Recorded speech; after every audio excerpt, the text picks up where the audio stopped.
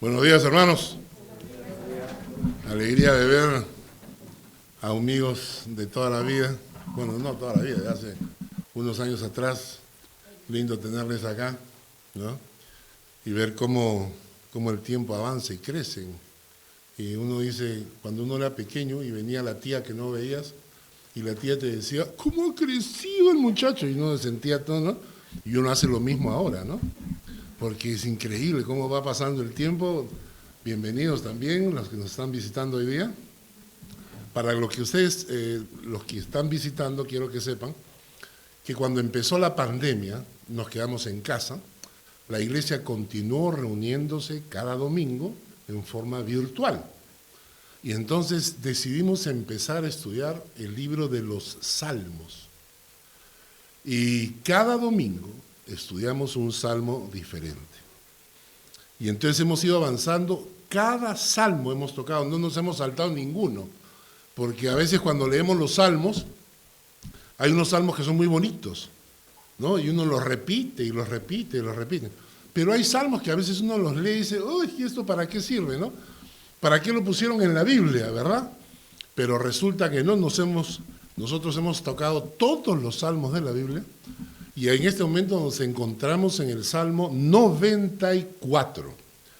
¿Quiénes no tienen Biblia a la mano para prestarles una Biblia? ¿Todos ustedes tienen Biblia o no? ¿Cómo? ¿A alguien le falta? ¿No? ¿Tenemos en alemán? Muy bien. Ok. ¿Y quién le va a traducir? ¿Entiendes algo de español? Bastante, más o menos. Claro. Claro, si no sabes español no entras al cielo, porque ahí todos hablan español.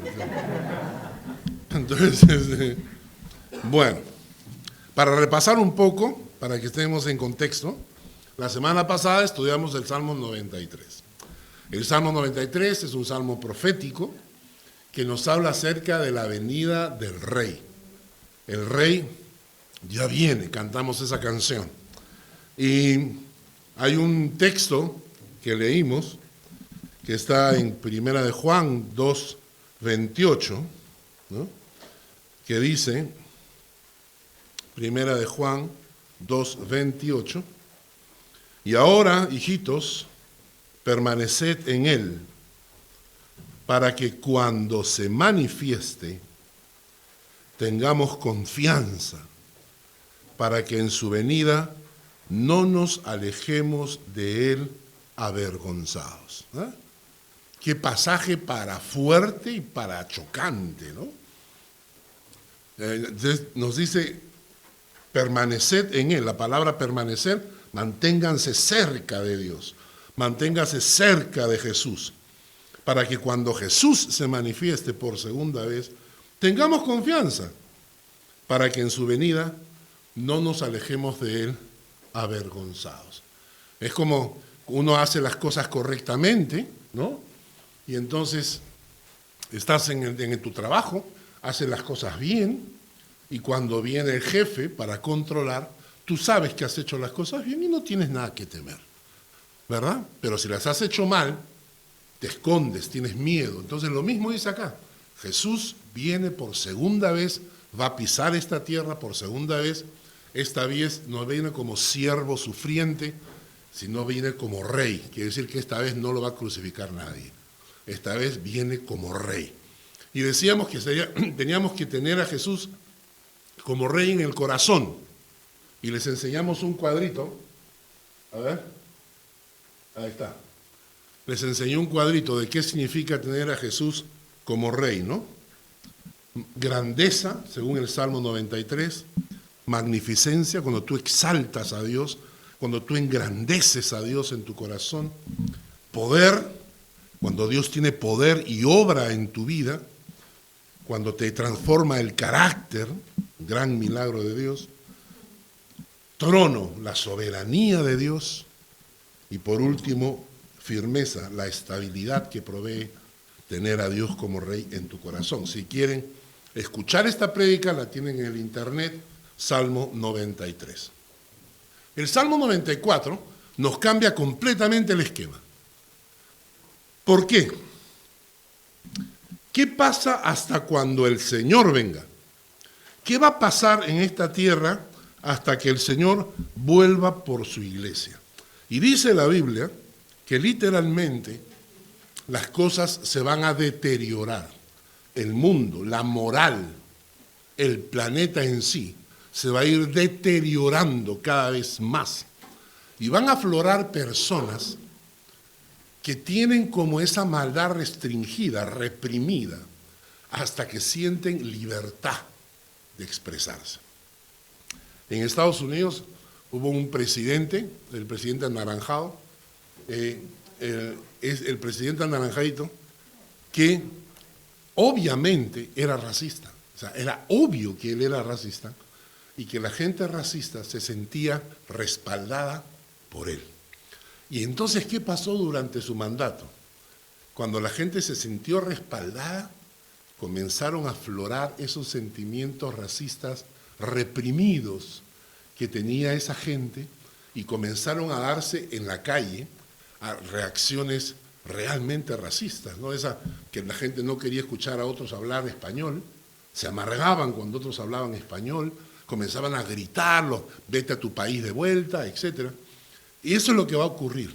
En la medida que se acerque el tiempo de la venida del Señor, la gente va a comenzar a sacar esa maldad reprimida que tiene y la va a comenzar a aflorar porque se va a sentir libre. Se va a sentir libre de expresar su maldad. No sé si vieron la última de MTV Awards, creo que fue. Creo que fue la última de MTV Awards donde hubo todo un show especialmente en adoración al diablo. ¿Lo vieron? ¿No? Que inclusive en la entrada le regalaban a todos unos cachitos con luces y el show era aparecer un diablo y la gente aplaudiendo. Eso no ocurría hace años atrás. La gente sentía completamente libertad, ¿no? En Oklahoma había una escultura de los 10 mandamientos a la entrada del Congreso en Oklahoma. Y entonces han quitado esa escultura de los 10 mandamientos y han colocado a un Belcebú, han colocado una escultura de un diablo sentado con los brazos abiertos para que los niños se sienten y se tomen fotos. Han quitado la escultura de los 10 mandamientos y han colocado una escultura. Ustedes dicen, ¿esto es posible? ¿Esto es real? Sí, esto es real. ¿Qué va a pasar entonces? ¿Cómo debemos nosotros, qué debemos esperar nosotros hasta que llegue el Señor? ¿Qué va a pasar hasta que llegue el Señor? Se va a manifestar esta maldad. Pero el Salmo 94 nos va a dar unas pautas interesantes. Así que nos vamos al Salmo 94. Si están apuntando, el Salmo 94 tiene 23 versículos. Del 1 al 10, del 1 al 11, del 1 al 11, nos cuenta qué es lo que le va a ocurrir a esta gente malvada. Y del 12 en adelante hasta el 22 nos habla de lo que le ocurre al pueblo de Dios con su Dios, ¿no? El versículo 23 lo vamos a ver en medio de la prédica. ¿De acuerdo? Salmo 94. ¿Qué pasa con los necios? Vamos a leer. Jehová, Dios de las venganzas. Dios de las venganzas, muéstrate. Engrandécete, oh juez de la tierra. Da el pago a los soberbios.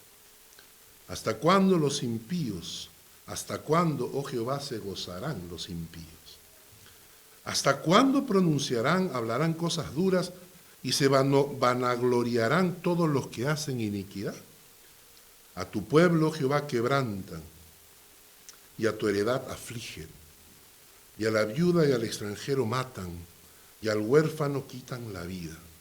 Y dijeron, no verá Jehová, ni entenderá el Dios de Jacob. Entended, necios del pueblo, y vosotros fatuos, ¿cuándo seréis sabios? El que hizo el oído no oirá, el que formó el ojo no verá. el que castiga a las naciones no reprenderá?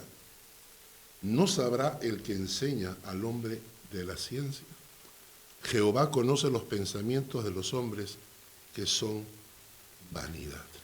Es interesante porque en este pasaje se menciona en el versículo 8, dice, pues, entended necios, necios del pueblo. Ese término interesante, necios, y en otro pasaje va a decir impíos, ¿no? En el versículo 3, ¿hasta cuándo los impíos? Es una ilustración, un término que se refiere a gente que tiene un mal corazón, ¿no? Que tiene un corazón en el cual no mora un Dios de amor. ¿Han conocido gente mala? ¿Han conocido alguna vez gente mala? Porque a veces uno hace de malo sin querer, ¿no es cierto? A veces uno hace de malo sin querer. ¿Por qué? Tomas una decisión pensando en tu bienestar o en el bienestar de tu familia, y eso puede afectar negativamente a otros. Por ejemplo, un jefe de una empresa tiene que votar personal porque la empresa puede ir a quiebra, entonces toma una decisión y suena feo, pero tiene que votar personal, y entonces la gente dice, qué malo es. No es malo, tiene que cuidar la empresa. Entonces, a veces todos cometemos de alguna manera un poco de maldad sin querer, pero hay gente que es mala. Hay gente que es mala, ¿no? Y yo he conocido gente así. Y a veces nosotros quisiéramos creer que el mundo es bueno. Quisiéramos creer que todos los que conocemos son buena gente. Y realmente hay gente mala. Yo he conocido gente mala. Cuando llegamos a Suiza, bueno, en el Perú también hay un montón, ¿no? Pero cuando llegamos a Suiza, yo conocí gente muy buena. Gente que nos dio la mano, gente que nos ayudó, gente que estuvo a nuestro lado para el proceso de integración, cuando pagas piso por novato, por nuevo, por extranjero, ¿no es cierto? Y entonces hubo gente que estuvo a nuestro lado, pero hemos conocido gente mala, que nos ha querido hacer daño. ¿Y qué queremos hacer en ese momento? Vengar, ¿no es cierto? Y uno comienza a planificar. Porque la venganza es dulce, ¿no? La venganza, primeramente, empieza con un orgullo herido. El orgullo, te han herido el orgullo. Ese orgullo herido, le echas un poquito, lo condimentas con un poquito de odio, ¿no es cierto?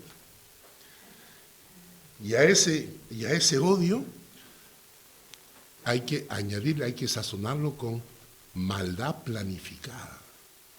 Entonces juntas el orgullo herido, ¿no?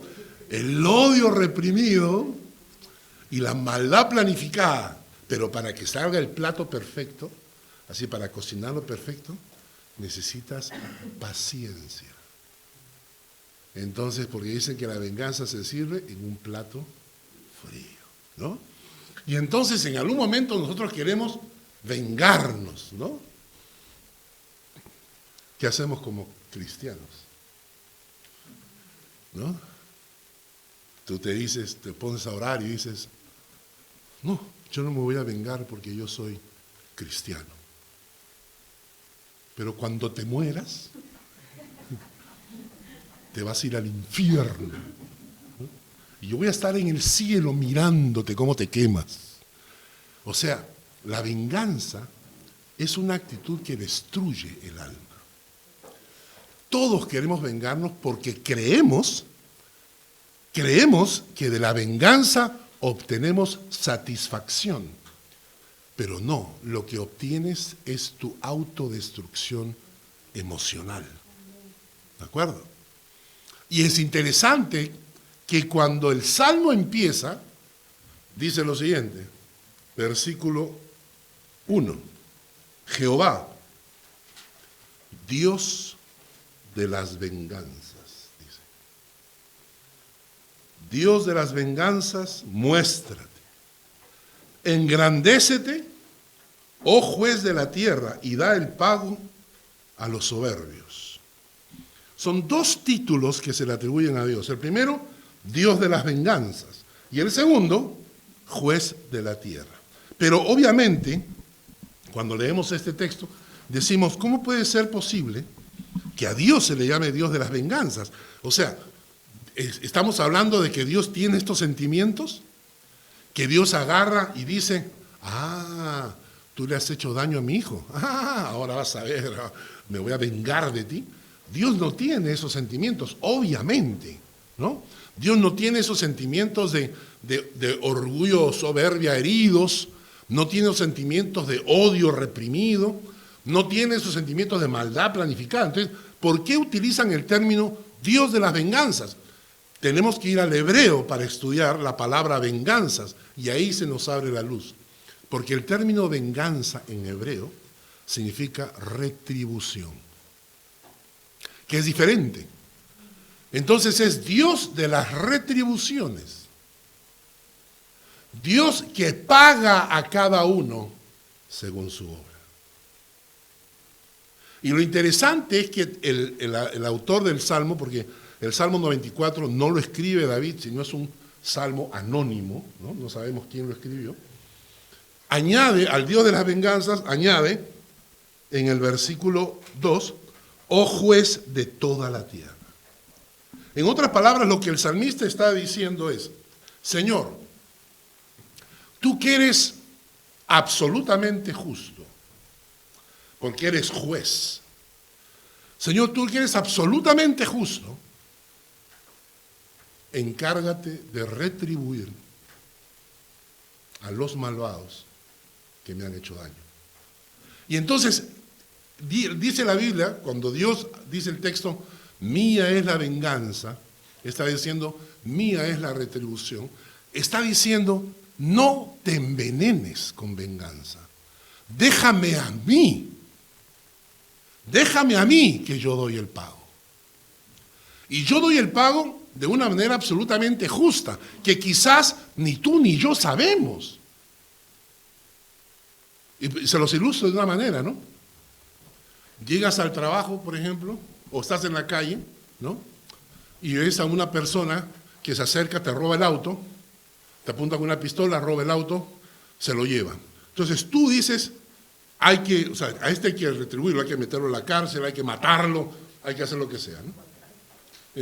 Pero cuando lo agarran, descubres que él te robó el auto porque su hija tuvo un accidente y necesitaba ir de emergencia y entonces no tuvo tiempo de decirte, y cuando tú dices que, uy caramba, o sea, me robó el auto para salvar a su hija, te cambia la figura. A veces nuestra venganza viene por ignorancia, porque no sabemos todo lo que en realidad está alrededor de la situación.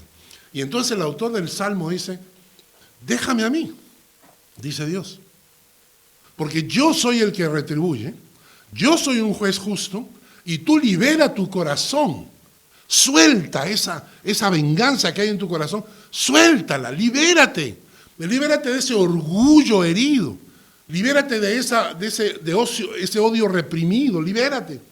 No planifiques una maldad, déjame a mí, mantén tu corazón limpio para que puedas disfrutar de la vida que yo te doy. Y déjame a mí que yo me encargo. Y miren lo que le dice el salmista. En el versículo 1 dice, Jehová, Dios de las venganzas, muéstrate. Y luego dice, engrandécete. Y añade, da el pago a los soberbios. Y cuando yo leía esto, claro, da el pago a los soberbios, Señor, encárgate tú de eso, pero me gustó mucho las dos palabras, muéstrate y engrandécete. Muéstrate y engrandécete. Y comencé a orar. Dije, Señor, muéstrate y engrandécete en la vida de mi esposa. Señor, muéstrate y engrandécete en la vida de mis hijos. ¿No? Señor, muéstrate y engrandécete en la vida de mi nieta. Dios ha bendecido a mi nieta tremendamente. Es igualita a mí. Linda esa nieta. Muéstrate y engrandécete. ¿No les parece una cosa, una oración preciosa, levantarte en la mañana y comenzar a orar por tu familia? Yo decía, Señor, muéstrate y engrandécete. O sea, muéstrate, enséñate, ¿no? Hazte presente, muéstrate en la vida de mi hermana y engrandécete, hazte tú grande. Porque la Biblia dice que nosotros debemos menguar para que Él crezca. Entonces la oración, cuando estaba orando, decía, Señor, muéstrate y engrandécete en nuestra iglesia. Estoy orando por algunos de ustedes, ¿no? Decía, Señor, muéstrate y engrandécete en la vida de tal. No digo un nombre porque después el otro se pica. Si me olvido, tengo que mencionar toda la iglesia si no se pican. Entonces, muéstrate y engrandécete, ¿no es cierto? Ahora, el texto continúa. Porque dice, el versículo 3 dice, ¿hasta cuándo los impíos? ¿Hasta cuándo, oh Jehová, se gozarán los impíos? Cosa que a nosotros nos preguntamos lo mismo y nos da cólera, ¿no? Señor, ¿hasta cuándo? ¿No? Señor, llévatelo o te lo mandamos, ¿no? O sea, ¿hasta cuándo esta persona está que causa daño, que molesta, que incomoda? ¿Hasta cuándo? Entonces el salmista se hace la misma pregunta. ¿Hasta cuándo? Versículo 4. ¿Hasta cuándo pronunciarán, hablarán cosas duras y se vanagloriarán todos los que hacen iniquidad? Es interesante cómo se describe a estas personas. Describe 3 características. ¿Hasta cuándo pronunciarán cosas duras? Perdón, ¿hasta cuándo pronunciarán? Hablarán cosas duras y se vanagloriarán todos los que hacen iniquidad. Pronunciarán. La palabra pronunciar, ¿sabes qué cosa es? En el hebreo una cosa impresionante. Botar espuma por la boca. La palabra pronunciar es como cuando tú envenenas a alguien. ¿Han envenenado a una persona alguna vez? No, ¿no? Bueno. Entonces, cuando envenenan a una persona, a mí me han dicho que se cae al piso y comienza a botar espuma por la boca.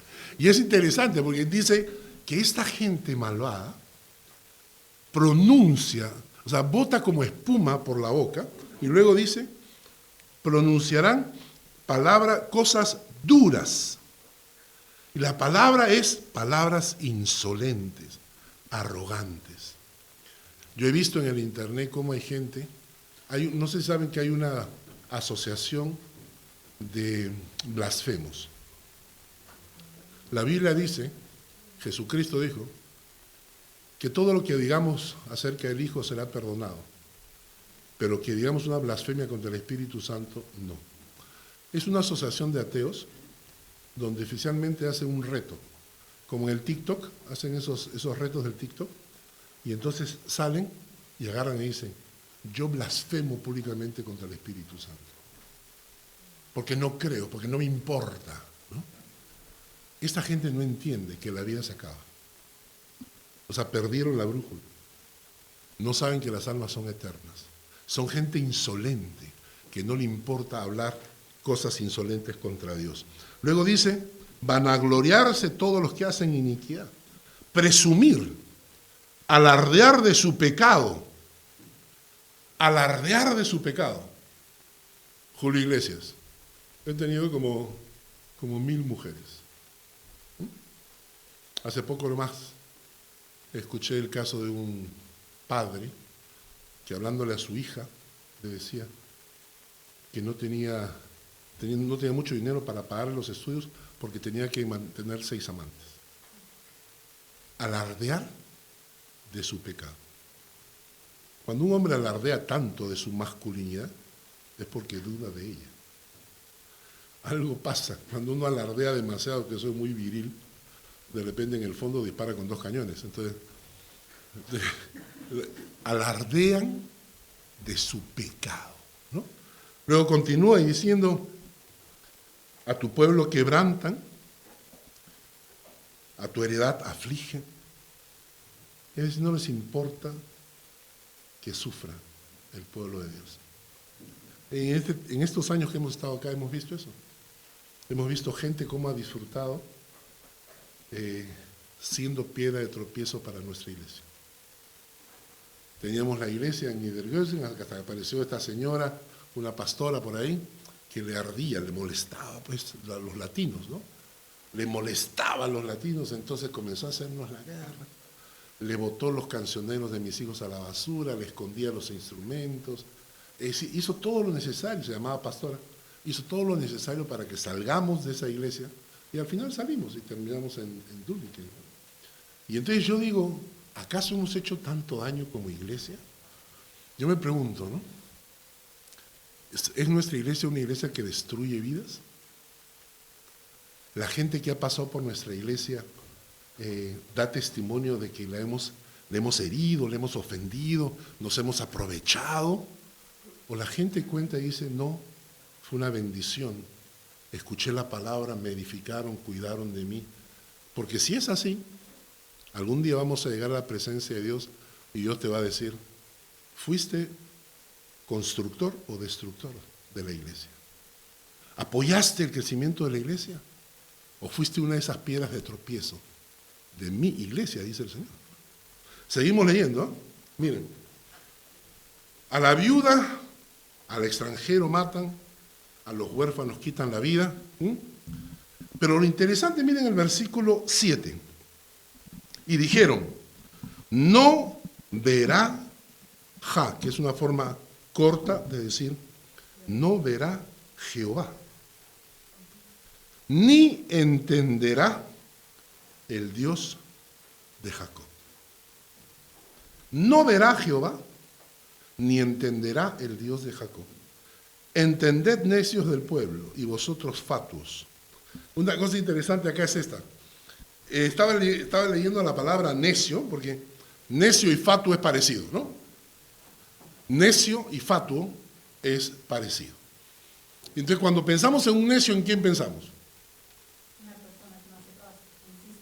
Una persona que no hace caso y que insiste. Hoy tengo varios. No hacen caso e insisten, no hacen caso e insisten. Bueno, la palabra de necio tiene una lista de características, ¿no? Hay un montón de características en la Biblia sobre el necio. Pero yo dije, vamos a buscar un poco en el original, interesante, ¿eh? La palabra necio también se traduce como torpe, ignorante, bruto, burro. O sea, imagínense, no seas necio, ¿no? Cuando tú te volteas y le dices a tu marido, no seas necio, le estás diciendo, no seas torpe, ignorante, bruto y burro. La palabra necio. Pero la raíz hebrea significa ardiendo por dentro. Un necio es alguien que se está consumiendo por dentro. Un necio es alguien cuya maldad lo consume a sí mismo. ¿Y por qué le llaman necio a estas personas malvadas? Porque piensan que Dios no ve. No verá Jehová, ni entenderá el Dios de Jacob. Entonces el necio piensa que él puede vivir su vida y nadie se da cuenta. Dios no se da cuenta y Dios no lo puede entender porque Él tiene razones para su maldad. Y cuando yo me puse a pensar en esto, dije, ¿cuántas veces es cierto? ¿Cuántas veces nos comportamos como necios? ¿Cuántas veces pensamos que Dios no nos ve? Cuando pensamos que Dios no nos entenderá. El Salmo 139 nos dice, Salmo 139,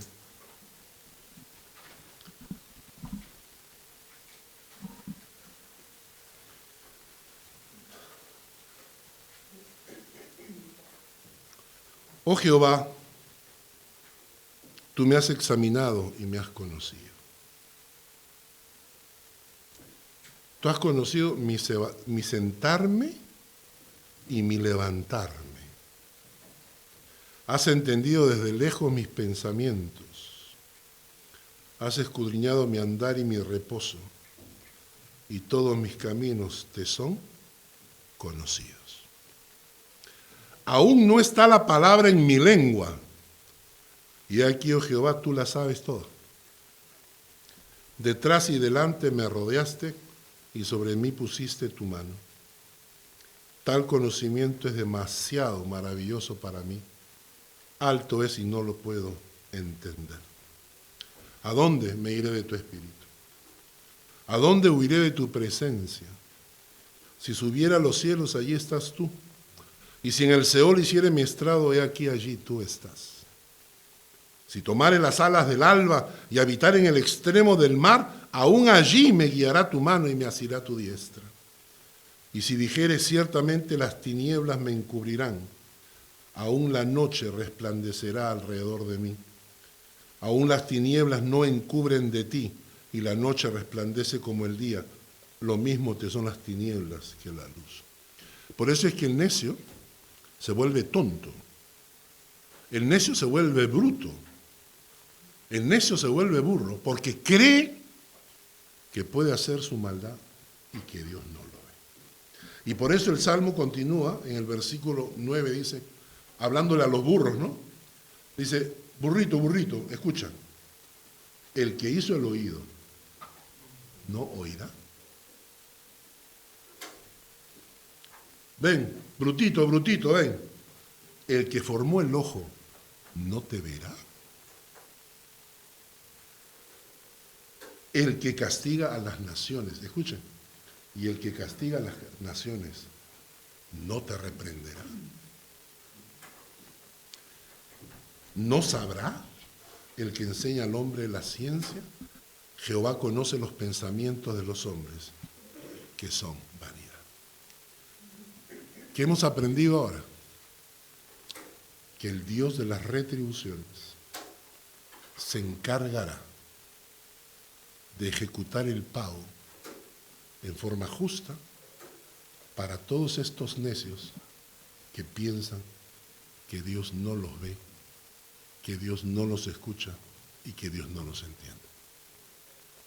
Entonces, mientras esperamos la venida del Señor y nos cruzamos con gente malvada, acuérdate de este salmo y di, yo dejo que de Dios sea la venganza, que de Dios sea la retribución, porque yo quiero tener un alma limpia, no quiero envenenar. A partir del versículo 12, ahora cambia la figura, porque el autor del Salmo, un momentito. Una cosa más, Salmo, el versículo 23, miren cómo paga Dios, miren cómo retribuye Dios. El Salmo 94, versículo 23, miren lo que dice. Él hará volver sobre ellos su iniquidad. Él hará volver sobre ellos su iniquidad y los destruirá en su propia maldad y los destruirá Jehová nuestro Dios. Es interesante cómo les retribuye Dios. Dios les retribuye con su propia maldad. ¿No? Miren eso, les hará volver sobre ellos su iniquidad, cosecharán de su propio veneno. Su propia iniquidad se volverá en contra de ellos mismos. Su propia maldad será el elemento de su destrucción. Su propia maldad les pasará factura. Qué interesante, porque ese es un pensamiento muy popular, ¿no? Déjalo al malo, que el malo cosechará de su maldad, que su propia maldad le cobrará, ¿no? Bien, ahora sí, nos volvemos al versículo 12, porque ahora cambia completamente la figura del Salmo, y ahora deja de hablar los impíos, deja hablar de los necios, y ahora comienza a hablar de su pueblo. ¿Y qué hace Dios con su pueblo? ¿Qué hace Dios con su pueblo? Versículo 12 dice, bienaventurado el hombre a quien tú, Jehová, corriges y en tu ley lo instruyes para hacerle descansar en los días de aflicción. Bienaventurado el hombre a quien tú, Jehová, corriges y en tu ley lo instruyes para hacerle descansar en los días de aflicción. Y eso es una ley para todos. Si tú corriges a tus hijos desde niños y los educas correctamente, cuando ellos crezcan, van a disfrutar de una vida armoniosa, en paz, sabiendo relacionarse con los que los rodean. Van a, dice, descansar en los días de aflicción. Si tú no corriges a tus hijos desde niños, cuando terminan siendo delincuentes adultos. Lo mismo hace Dios. Por eso es que el Salmo dice, bienaventurado, buena aventura, feliz el hombre a quien tú corriges. Hebreos dice, capítulo 12 de Hebreos, ya habéis oído la exhortación de como a hijos se os dirige diciendo, hijo mío, no menosprecies la disciplina del Señor, ni desmayes cuando eres reprendido por Él, porque el Señor al que ama, disciplina. Y azota a todo el que recibe por hijo. Si soportáis la disciplina, Dios os trata como a hijos, porque ¿quién es hijo aquel a quien el Padre no disciplina? Pero si se os deja sin disciplina, de lo cual todos han sido participantes, entonces sois bastardos, no hijos. Hebreos 12, del 5 al 11. ¿Ok? Primera cosa, ¿qué hace Dios con su pueblo? Dios no retribuye, no castiga, no reprende. Dios disciplina a su pueblo. ¿Para qué? Para sacar de ti lo mejor. Para que aflore en ti lo mejor. ¿Saben cómo aprendí a tocar guitarra? Tenía 18 añitos, era un jovencito, guapo, atractivo. Ahora miren lo que me he convertido. Ahora estaba adelante un grupo de jóvenes. Y todos los del equipo de líderes del grupo de jóvenes, sarta de inútiles estos, ninguno sabía tocar guitarra. Y yo con la justa estaba aprendiendo. Y entonces me dijeron, tienes que tocar. Carlos, tienes que tocar guitarra. Y yo decía, oye, pero yo recién estoy aprendiendo. No hay más, pues. Tú eres el único. Así que a tocar guitarra, eres el único, tienes que tocar guitarra. Y yo me puse a tocar guitarra. Y no sabía mucho. Pero la gente cuando te ve adelante con la guitarra, ya imagina que eres un sabio de la guitarra. Ya te imagina, ¿no? Un Eric Clapton, ¿no? Entonces te dicen, no conocen a Eric Clapton, ¿no? ¿Sí conocen a Eric Clapton? Ah, saben de música. Entonces yo estaba parado adelante y la gente pensaba y decía, entonces, a ver, vamos a cantar tal canción. He decidido seguir a Cristo. Oh, está muy bajo. Carlos, sube el tono. Y yo, ¿qué? Sube el tono. ¿Y cómo hago para subir el tono? Y tuve que aprender a la fuerza. La presión hace que aflore lo mejor de ti. Cuando cuidamos demasiado a la gente no aprende. ¿No es cierto? La gente, no. Nosotros íbamos a campamentos con 120, 130, 140 jóvenes y iban chicas a cocinar de 17, 18 años. Nunca habían pisado la cocina en su casa. Y ahora tenían que cocinar para 120, 130. Sobre leña. ¿Ustedes saben lo que es eso? Se volvieron cocineras expertas. Claro, la primera vez tuvimos que comernos unos frijoles todos abombados, pero después ya no, la gente fue aprendiendo, ¿no?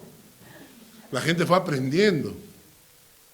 Un día llegué con un dedo de plástico, de esos dedos así cortados, así pintado como si fuera sangre, ¿no? De broma.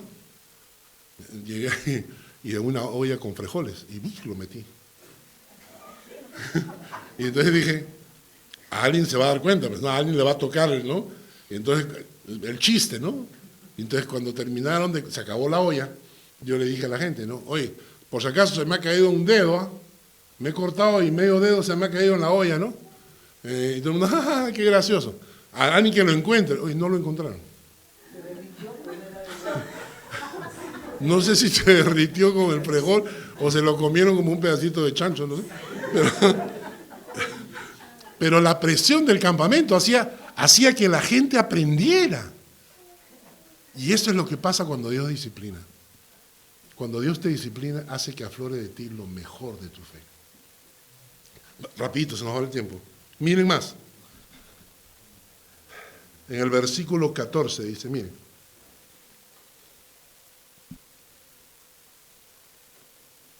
No pierdan el versículo 13, dice, para hacerle descansar en los días de aflicción, en tanto que para el impío se cava el hoyo. Versículo 14, porque no abandonará Jehová a su pueblo. Nunca, nunca nos abandonará. La palabra en Isaías dice, siempre te ayudaré, siempre te sustentaré con la diestra de mi justicia. Versículo 14, no abandonará Jehová a su pueblo, jamás. No desamparará su heredad. Qué interesante. Mientras el impío recibe la retribución de su maldad, el pueblo de Dios es corregido, nunca es abandonado, nunca desamparará a su heredad. Versículo 17, miren, 16. Esto es precioso. ¿Quién se levantará por mí contra los malignos? ¿Quién estará por mí contra los que hacen iniquidad? Y Dios contesta, yo. ¿Quién se levantará por mí contra los malignos? Y Dios contesta, yo soy tu Dios. ¿Quién estará por mí contra los que hacen iniquidad? Yo soy tu Dios, dice Jehová. Versículo 17. Si no me ayudara Jehová, pronto moraría mi alma en el silencio. ¿Cuántas veces debo detenerme y decirle a Dios en oración, Señor, si no me hubieras ayudado, no estaría acá? Si no me hubieras ayudado, no estaría acá. Cuando llegamos acá, a Suiza, y aparecieron personas que nos dieron la mano, que nos ayudaron, que fueron un punto de apoyo, yo le decía, Señor, ¿a dónde estaríamos si no hubiese sido porque tú trajiste a esas personas para ayudarnos? Sigue el texto. En el versículo 18, cuando yo decía, mi pie resbala, noten esto, cuando yo decía, mi pie resbala, tu misericordia, oh Jehová, me sustentaba. Cuando yo decía, mi pie resbala, aparecía la misericordia de Dios y nos sustentaba. Versículo 19, en la multitud de mis pensamientos dentro de mí, tus consolaciones alegraban mi alma.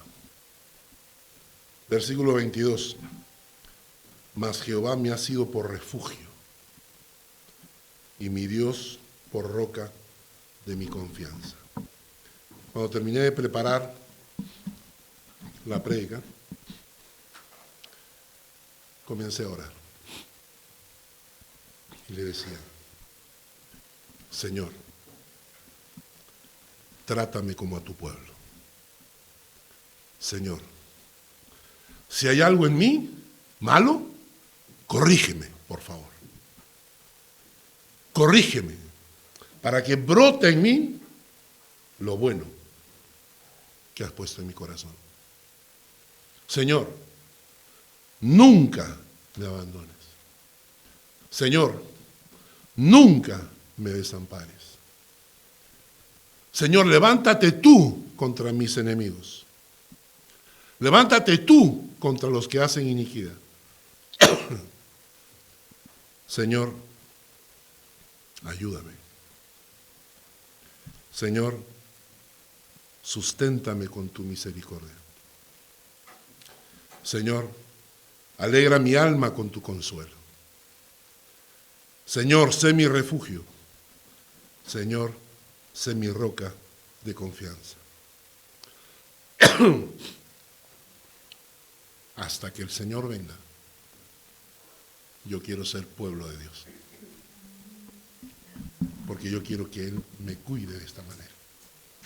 ¿Le gustó el Salmo 24? Miren, vamos a orar. Señor, gracias por esta palabra. Gracias por lo que nos has enseñado. Gracias por este salmo. Te bendecimos, oh Dios. Permite que tu palabra nos edifique. En el nombre de Jesús.